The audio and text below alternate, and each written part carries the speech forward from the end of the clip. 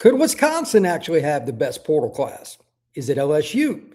It depends on how somebody looks at it. We're going to break that down right here on the Portal Podcast. Locked On presents The Portal, the daily podcast covering college football recruiting and everything NIL. Part of the Locked On Podcast Network. Your team every day. Back into the Portal Podcast, where you get your daily recruiting, NIL, and transfer portal scoop. I'm your host, Brian Smith, longtime college football recruiting analyst. Thank you for making the Portal Podcast your first listen each and every day right here on the nation's #1 podcasting network, Locked On. Again, I am Brian Smith, and thank you very much for joining. I'm actually in the middle of moving my all but empty apartment as I get ready to leave as my backdrop, in case you're wondering why it looks like it does, but that'll be changing over the next week or so. We'll talk more about that here soon. Right now, though, I am in the midst of going through I have so many chicken scratches here next to Wisconsin, Ohio State, LSU, Ole Miss, Notre Dame, Texas Tech, Cal, Kentucky. Like, it is an incredibly nuanced transfer portal transition, if you will, for analysts like myself. I was at Battle Miami this weekend. I work with Coastline Stars. It's a great organization. We do 7-on-7, and I was talking to Tom Loy and Chad Simmons and Andrew Ivins. So on the phone with John Garcia Jr., talking to different NIL people, talking to different coaches, all of this stuff. Everything we do, the portal comes up in every one of my conversations. So my take here today is understand that this is as broad as it gets, and there really isn't just one way to evaluate who the #1 class is, because I have different categories. Are you a team that realistically has a shot at the 2026 national title before you started getting commitments? As a fan, I know fan is short for fanatic, but look at it from an objective angle. Where are you as a program? Did you meet your needs? Did you understand what was needed in terms of, okay, not only did we meet them, did we overspend? What's our budget? Do we have the NIL backing from the boosters or like the collective to make it happen, in addition to the money, that $20.5 million that the NCAA lots for the school? I know it gets complex. Believe me, it does for anybody that covers recruiting as well. You are not alone. If it confuses you, it confuses me as well. And to that end, here's something to kind of look at. This is just part of it. Okay. Did you meet your needs? That's part of it. And did you meet your needs at least close? Let's look at it from that perspective, because the portal's not over. Maybe I should have led with this as a reminder, so I'll do it now. The portal ended for getting into the portal, except for Miami and Indiana, because they play tonight. They get, I don't know, what is it, 5 days or something after the game, the next few days, whatever, for those players that they want to leave that institution and go join another program. But are you at least close? Because now it's all the signings. More guys are unsigned than are not. So again, did you meet your needs to date? Secondarily, if you have not, how close are you? And again, what is your budget? Did you meet those needs in that sense? Okay, maybe we're in a spot where it can happen. It can work for us. Maybe it's not. Be objective. Think about whatever team you root for. I'm going to use Wisconsin as a big barometer here in a second, but I want to go over these. Secondarily, impact players. This never changes. Recruiting, junior college, transfer portal. It does not matter. Did you or did you not gain impact players? And at what spots? We all know the key positions if you follow football: quarterback, offensive tackle. Did you get a special receiver? It doesn't matter if it's a flanker, slot, maybe it's a flex tight end, who I really think are more receivers, or that boundary guy that's so hard to find, that 6'3.5", 210-pound guy. Did you get anything like that? What about corner? Did you get a 6'1" guy that, man, I wish we had him last year?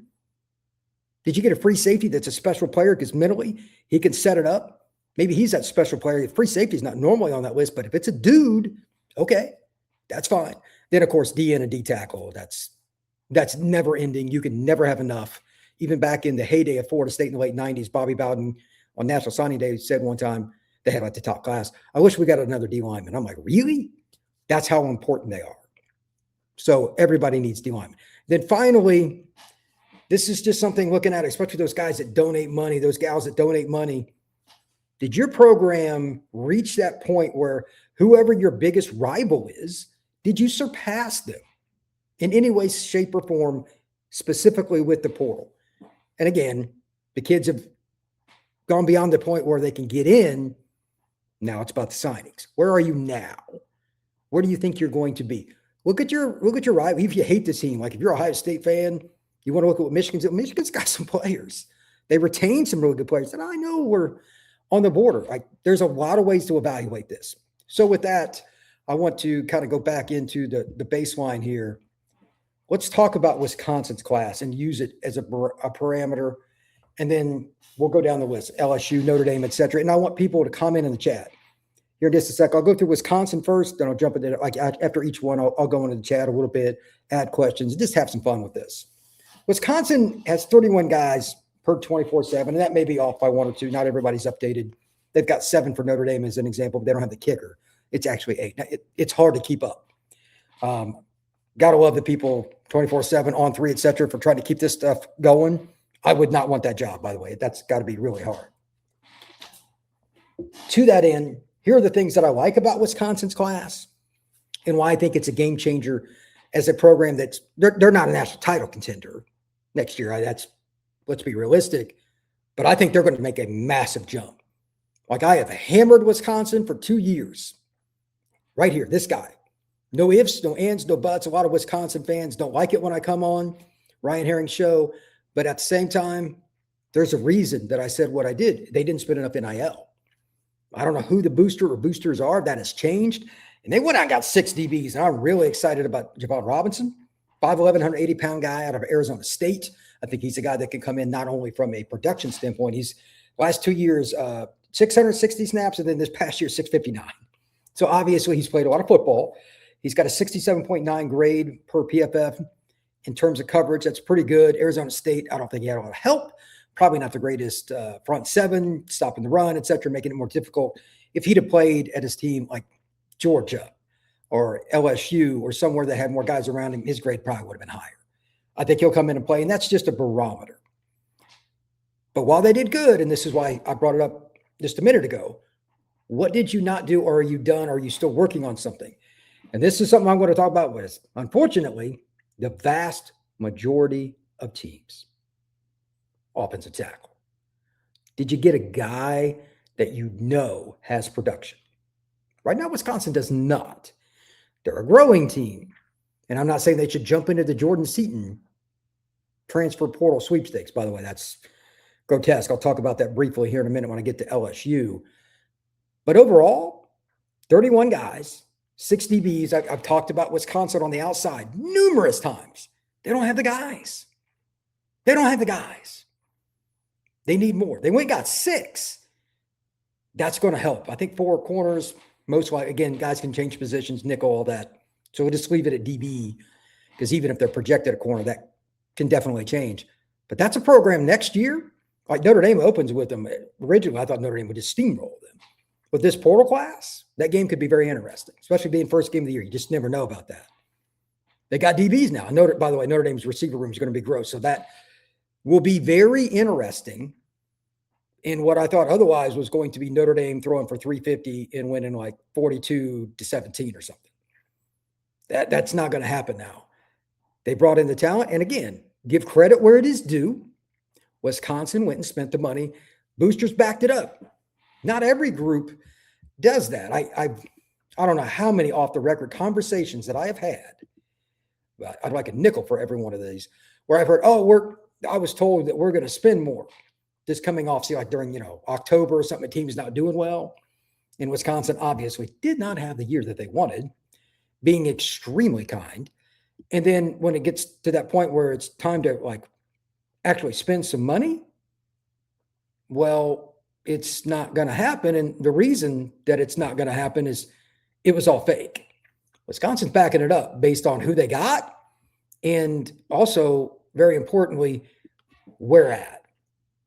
Corner matters, man. That's just one example. And safety too. They got a few receivers. Shamar Rigby kid, somebody I know. I want to talk about him just briefly.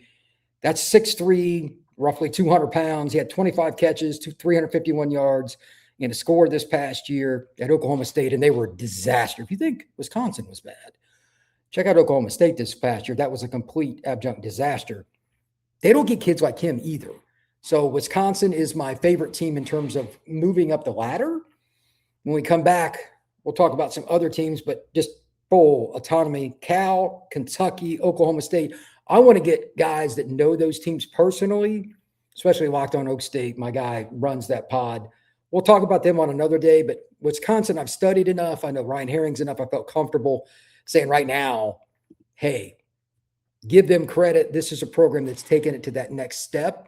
And I did not anticipate that at all.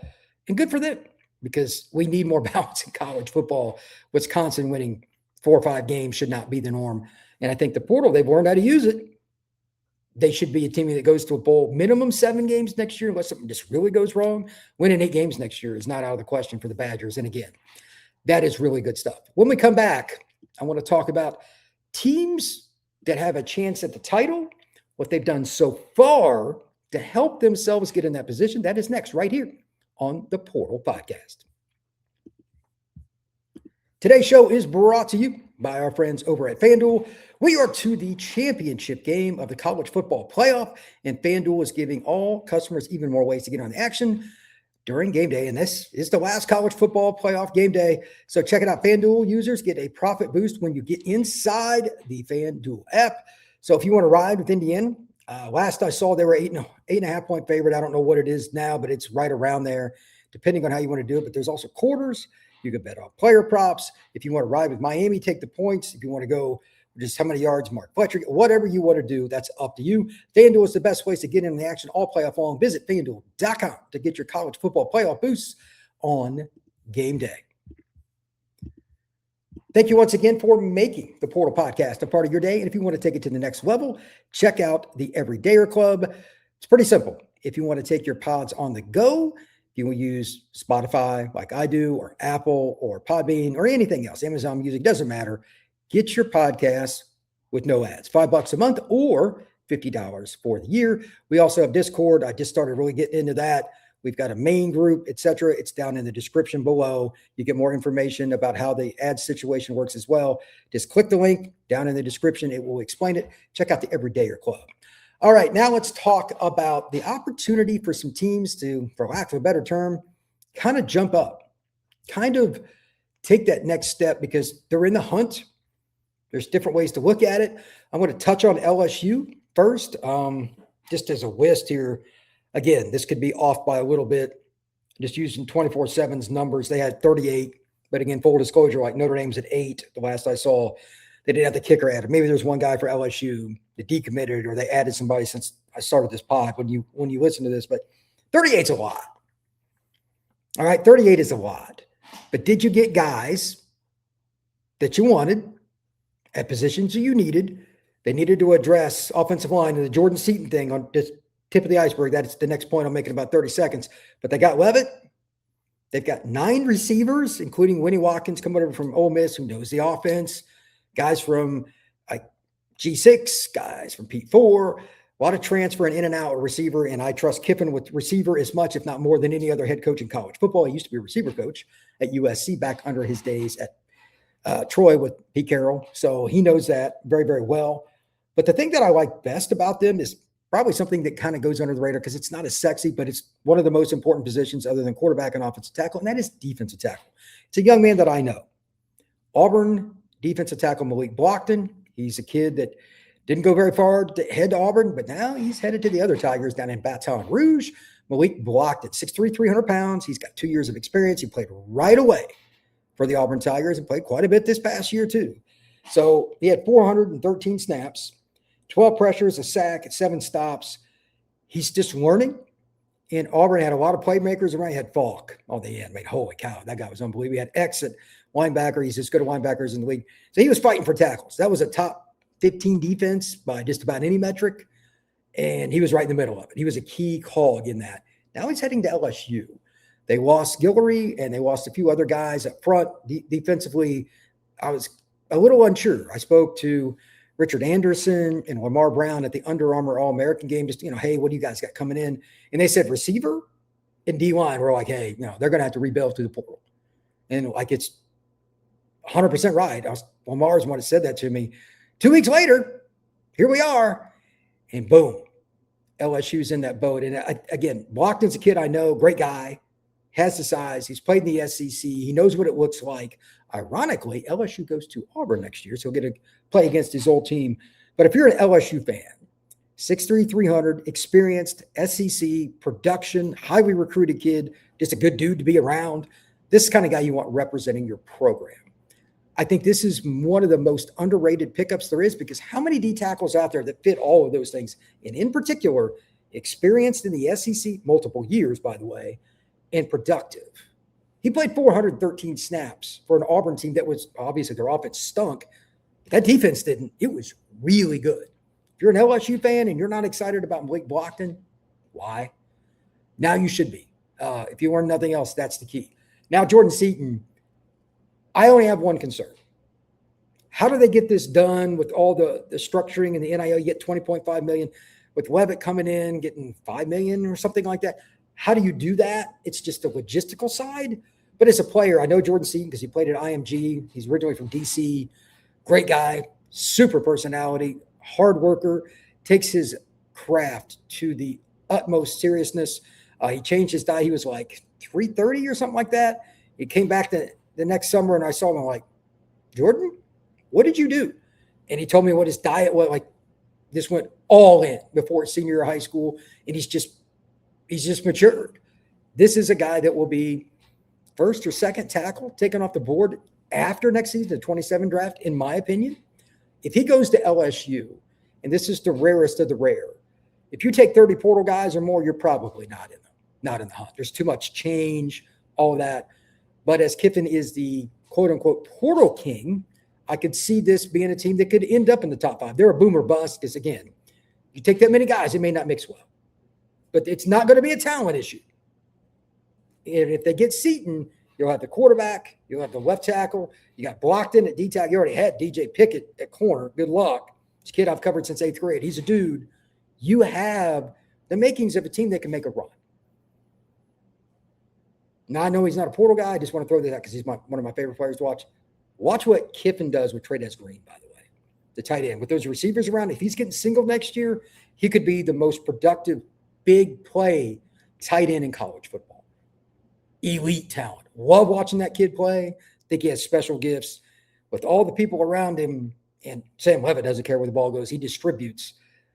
The pieces could look really good on paper and still not come together at most schools. But with Kiffin, I trust him way more. Again, over 30 guys, most teams I would throw out for any chance to win the title. But he just did a great job with that Ole Miss team. They had 29, 31, something like that. This past, I think it was 31.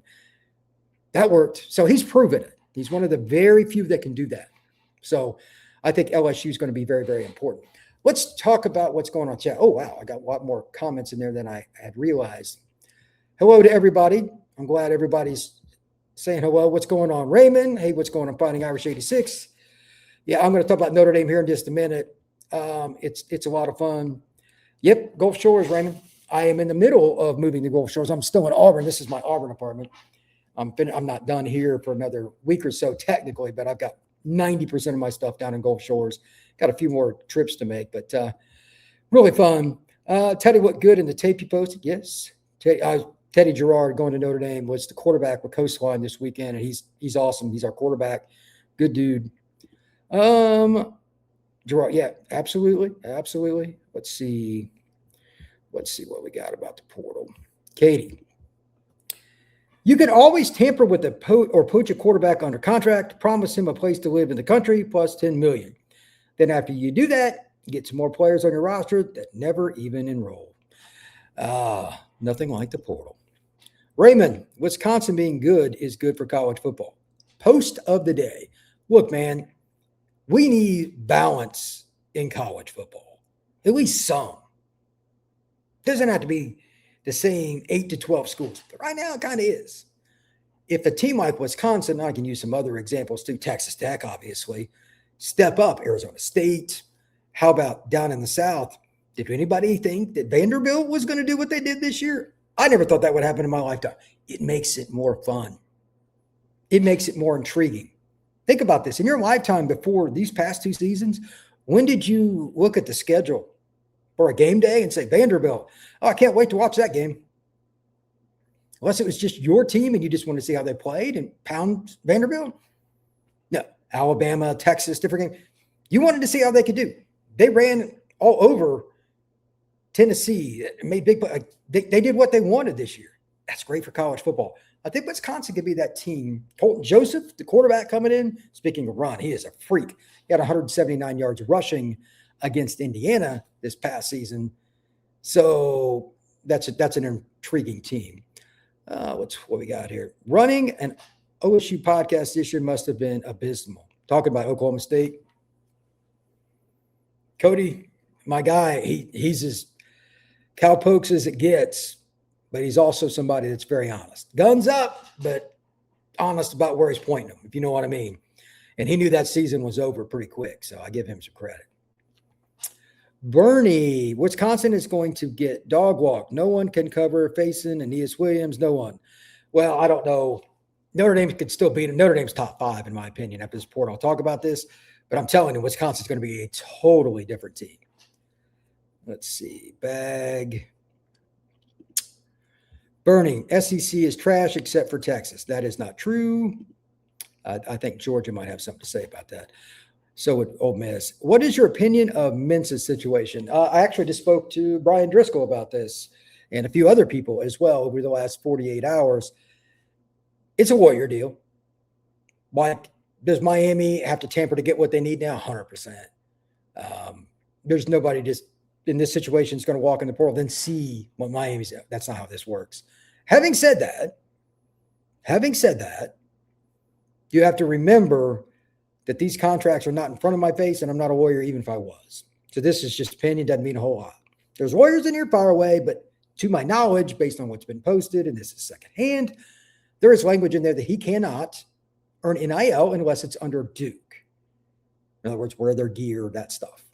If that's the case, they got to buy him out, and that money would have to be used against their money, their rev share, which means Miami could get around it. But boy, what a pain in the behind to do that because they've already spent a bunch of money for their roster this next year, yada, yada. I don't know how they would do that. It'd be pretty wild. Kiffin has nailed wide receiver every year. He's so good at evaluating wide receiver. So good. Mensah can go sit on an egg. This portal is out of control. Too much tampering. Just about everybody tampers, bro. You ain't tampering, you ain't winning. I need to get a shirt that says that.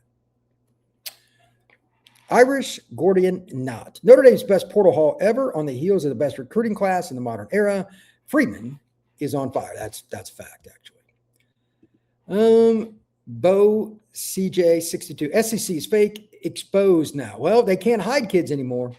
5 stars ain't sitting on a bench in the SEC no more. That's why it's changed. Raymond Horton, 100%. Bernie. Notre Dame just got serious at D-tack on DN, and their defense was already a top 2 defense in the last 9 games of the season. Let's see what they can do this next year. They got some different people on the staff, but that's going to be pretty interesting. Let's see. Notre Dame is ready to lead, no doubt, in 26. Katie, Duke needs to take Miami, Mario, and Mensah to court and throw the contract wall book at them. If Mensah doesn't play at Duke in 26, he shouldn't play anywhere. It's time to crack on tampering head coaches. Will the NCAA do that, Katie? That is my question. My guess is no. But I hope in some way, shape, or form, programs got to be held accountable, man. I mean, they really do. It just has to happen. I don't know what else to say to that because at some point we got to have some kind of transparency, like some, but I know it's not easy. The NCAA is in a tough spot, but at some point you got to hit somebody in terms of just directly tampering, not the player, the kind of like you guys did this, open records, all that kind of stuff. Like somebody's got to be exposed and dragged through the mud. I don't know who it's going to be, but somebody's got to do that. Just my opinion. When we come back, we're going to talk a little bit about a few more teams. I got Notre Dame, Ole Miss, Texas. We still got a long way to go here. Ohio State. A lot to get to right here on the Portal Podcast. Today's show is brought to you by our friends over at TurboTax. Tax season doesn't have to take over your life. This year, TurboTax is making it easier than ever to hand things off and move on with your day. TurboTax full service. You can have your taxes done by you or for you by a trusted local expert, start to finish, without you having to go through all the guesswork and try to do something that, quite honestly, is not what you're good at. Instead of spending hours trying to figure out your forms and did you get all the different benefits you needed to get the most money back, have somebody do it that knows what they're doing. TurboTax. They can handle everything, W-2s to self-employed forms, and work to get you every single deduction. For a limited time, you can even have your taxes done by a local expert for $150 all in. If a TurboTax expert didn't file your taxes last year, just file by the 28th of February. Take tax season off your plate. Get back to your life. Visit TurboTax.com/local to book your appointment today. All right, let's talk about a few more teams that are a lot of fun and really interesting. I want to do two back-to-back here, and then I want to hit Ole Miss and touch on LSU again because whether we want them to be or not, they're tied. There's no doubt. And Ohio State is kind of my finisher team. Texas and Notre Dame are the two I want to talk about next. They didn't need a lot. It's Texas and Notre Dame. Neither one of them made the playoff, but I will be shocked if both of them aren't a top 6 seed next year. And here's why. Returning quarterback, that certainly helps. Offensive line, going to be a little more experienced at Texas. They certainly needed it, and we'll get into their situation specifically momentarily. Notre Dame's going to have maybe their best offensive lineman talent-wise back next year. So there's a lot of things going for both of them. And while Notre Dame lost an incredible player in Jeremiah Love, and Texas, I mean, they lost some good players too. They both have really good running back rooms, receiver rooms. Like Cam Coleman's going to Texas. Notre Dame got Quincy Porter from Ohio State and several other guys. Like they found a way, unlike Wisconsin, they didn't need 20 players or 30 players or whatever. They needed specific players and then some depth pieces. Texas took more than Notre Dame, so let's start with them just for fun. But it's the same strategy at UT as it is at ND. So Texas here, this is what I really like. And I apologize if I mispronounce this name, but he played at Wake Forest, and he is an offensive tackle that can pass pro, a really good one. If you find any offensive tackle that's even average or has upside, you're probably ahead of the curve, which is kind of sad. But Melvin Sayani, 6'6", 302, PFF grade and pass pro last year with 78.8. That is borderline just straight up elite. I know he's in the ACC. It's not Big Ten like Michigan, or in the SEC like Tennessee, but it's still a high grade. And if you're on the island, I don't care if you played right or left, that's hard. 78.8 grade, you could take it for whatever it's worth. That's impressive. He's got a couple of years left of eligibility technically, but if he's that good, he'll play 1 year at Texas and be at the draft. You know, Sayani, I think that's how you pronounce it, but that right there to me is as important, if not more important. And I know the next player, great kid, great talent, even more important than Cam Coleman. And here's why. While Cam Coleman is total dude, there just aren't any offensive tackles in the portal. You go, oh, this guy. We got a shot at all of them. They can come in and help us right away, yada, yada. Bull. That's not the way it works. That's complete bull. There just aren't enough tackles in the portal, offense or defense, honestly, to make that move. There's not. So to that end, give Texas credit. Now, they also went out and got some defensive players, but in particular, the guy I want to mention, God, this just shows how Oregon was loaded on the D-line. Blake Purchase, 13 pressures, a sack, 31 tackles, 16 stops as an edge. He's got 2 years of eligibility last, 6'3", 245, 309 snaps. Like he's going to Ole Miss next year. That kind of guy, Texas doesn't have to go get that kind of player. Like that's the player I'm going to talk about for Ole Miss here in just a minute. Texas has enough guys there. They just focused on very specific areas and added some pieces around. That's fine. But like Blake Purchase, I'm sure Texas would like him, but they didn't. It's not necessarily need. They've got guys still. They have arguably the best pass rusher in college football coming back. It's going to be interesting to see if Sayani, if he's that guy, is Texas number one next year? Possibly. We'll see. 2 years of eligibility. That's the key to me. Even over, if I only had one, I'd have taken him over Cam. And I'm not saying he's a better player. It's the position. As to Coleman, 56 receptions, 708 yards, 12.65 scores, 714 snaps. Auburn's offense was trash, but he still had those numbers. He had some drop issues, but I think Sark's a great offensive coach. They will be in a different situation with him. That's going to be very, very interesting. Notre Dame, they get Spencer Porath, the Purdue kicker, might be the most important guy for them because Notre Dame was dreadful at kicker. They missed 3 extra points against Boston College. That's hard to do. But they got Tiana Gray, the young man from Oregon, the 330-pound nose guard. Notre Dame never gets that guy. They got Francis Brew, the defensive tackle at Pitt, different kind of guy, a 3-tech that gets up the field and is disruptive.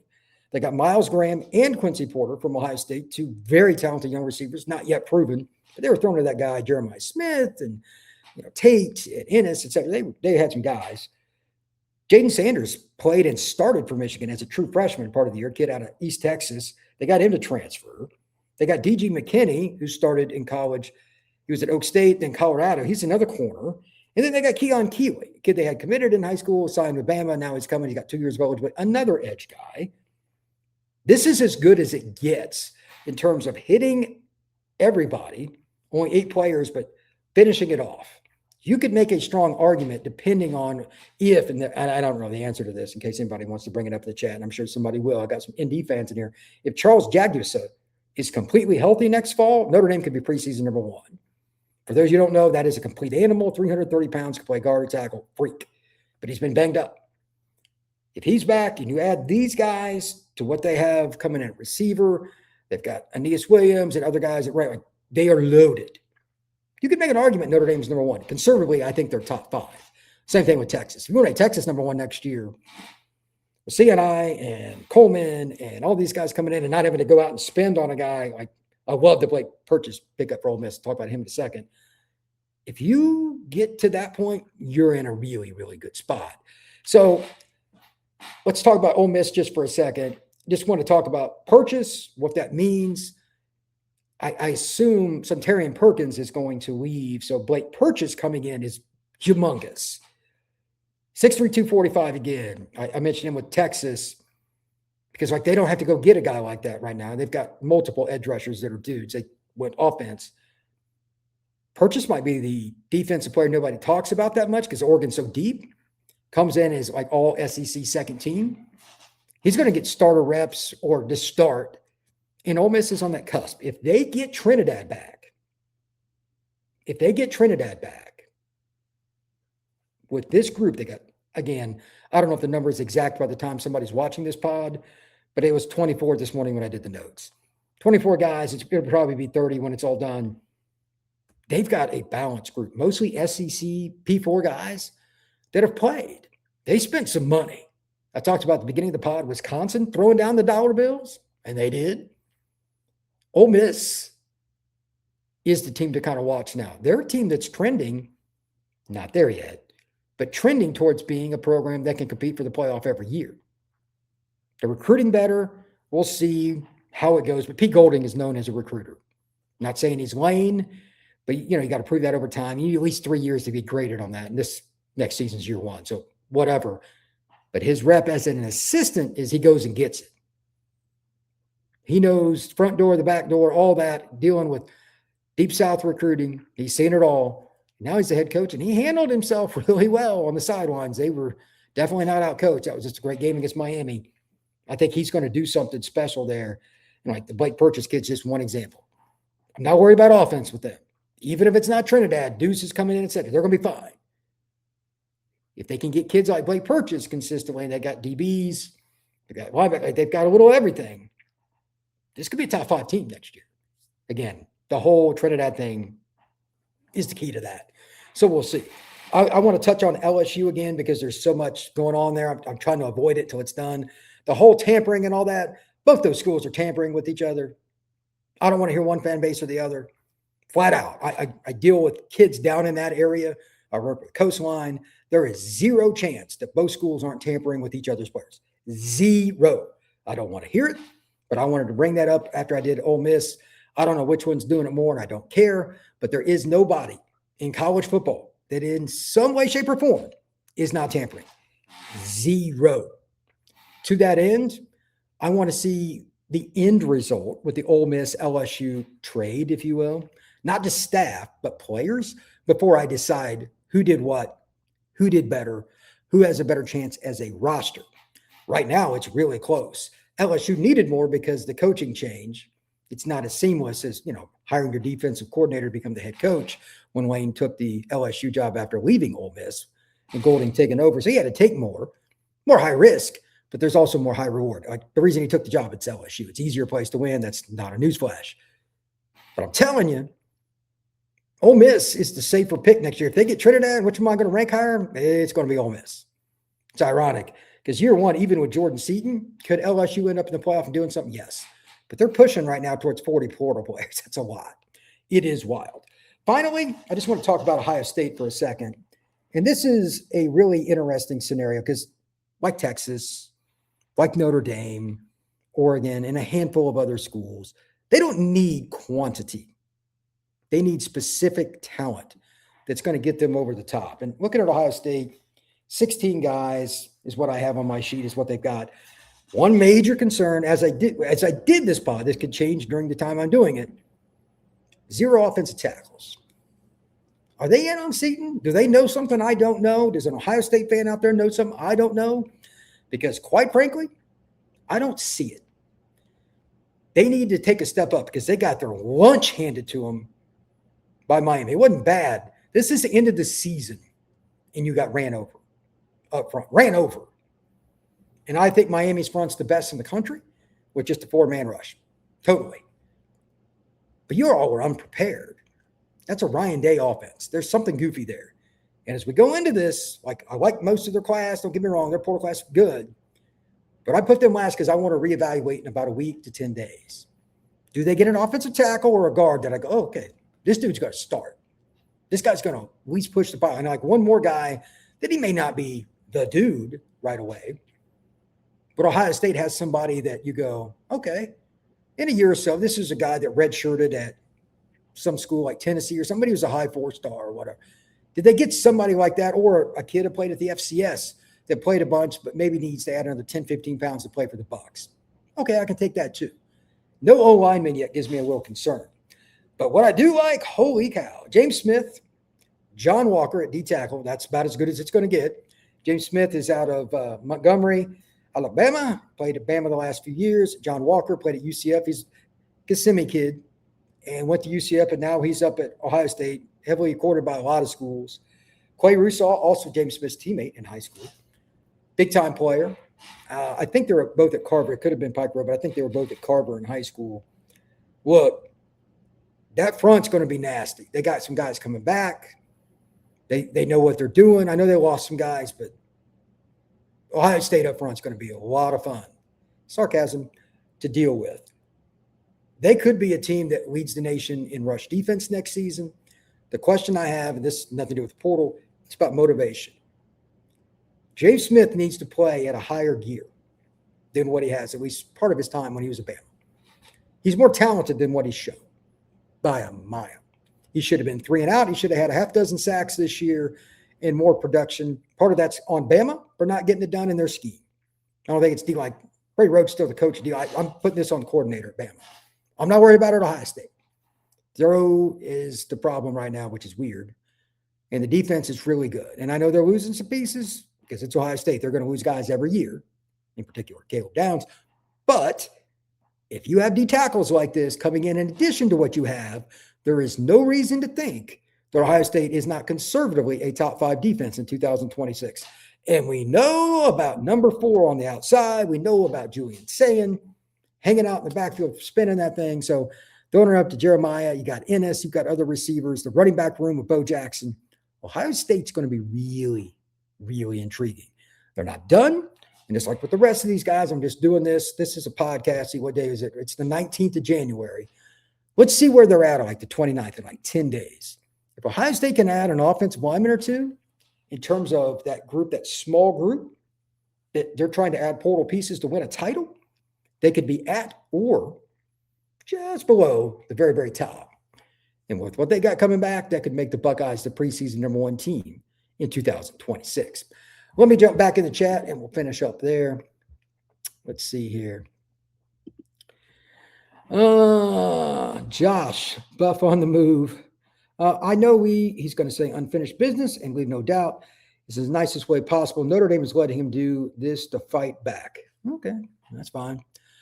They're going to have several guys go pretty high, I'd imagine. Irish starting 2 NFL draft picks at corner this season. Both South Bend will be known as Pick Six City. Notre Dame's going to have a lot of choices to make a defense, but I'm not even sure exactly who's going to start other than Winter Moore for Notre Dame. They're loaded at DB. Bo CJ. Notre Dame is a top portal if you look at power ranking, 87.7. Texas is 79.9. Quality over quantity. Texas took 16. They're about done. Notre Dame, I think, is done, barring something unforeseen. So, yeah, I think both of them did really well. Notre Dame needed a little less.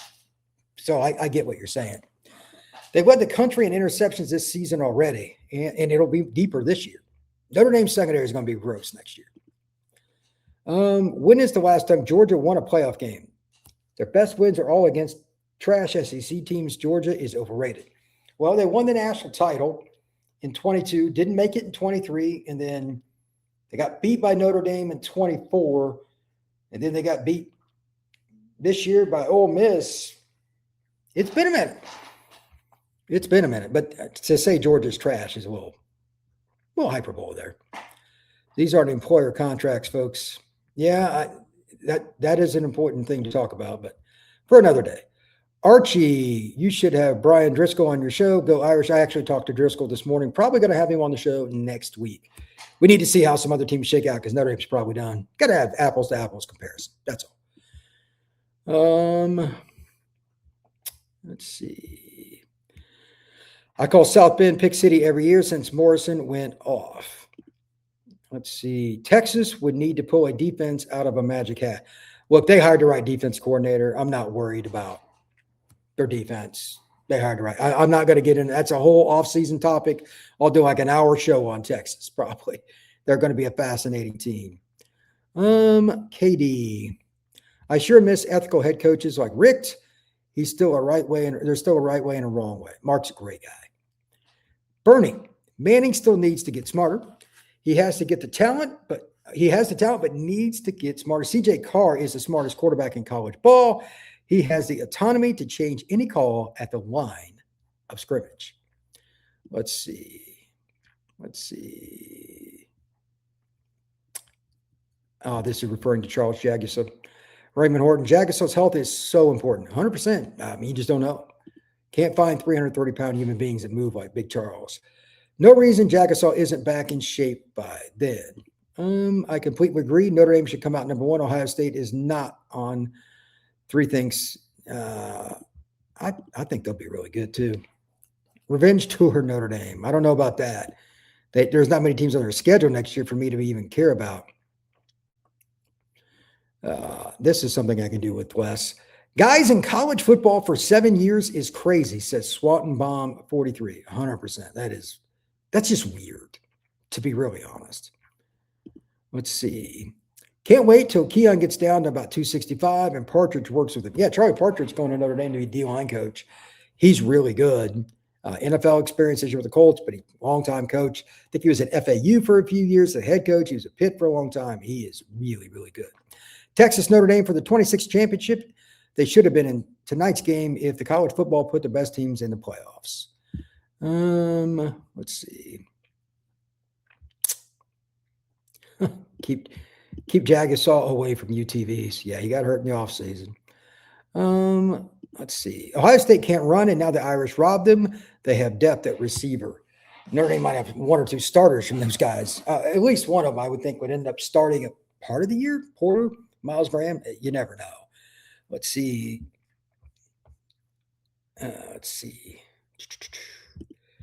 Pay no attention to Bernie Bryan. He's our Cuba Gooding Jr. of Notre Dame fans. It's all good, man. It's all good. All right, I'm going to wrap it up there. We've had a lot of fun with this, but it is amazing what the portal has done. Here's this good one though. Is there any team improved more at receiver than Michigan between their Utah transfers and Jamie French? I actually spoke to somebody about French yesterday. I'll explain that momentarily. Obviously, Coleman was the best pickup, but he's just one guy. I haven't delved into Michigan that much, but I will explain French. He's a kid out of Jacksonville that I've known since he was in 8th grade. He was a "are you kidding me" kid since he was about 13 years old. Went to Texas, didn't work out, transferred to Michigan. They paid him. He's the guy they want to take the top off the defense. He's going to be featured from day one. Look out for him. So it's just one of those things, man. Like, you can't teach speed. Jamie can make guys miss in a phone booth too. Michigan fans are going to like him. Great show, Brian. Thank you, Raymond. Appreciate it, brother. Hope all is well where you are. That's going to conclude today's live show of the Portal Podcast. Just having some fun here, hanging out in my apartment in Auburn, getting ready to finish up my move to Gulf Shores. But thank you very much for stopping in, and we're just going to continue to talk about Portal. Like I said earlier, Texas Tech, Cal, Kentucky. There are a lot of different teams that I still need to delve into and get to, because every day it's just a lot of details. It's too much to do them all at once. Obviously, there are 136 teams in the FBS. But thank you once again for checking out the Portal Podcast. Please like and subscribe. We will see you again soon.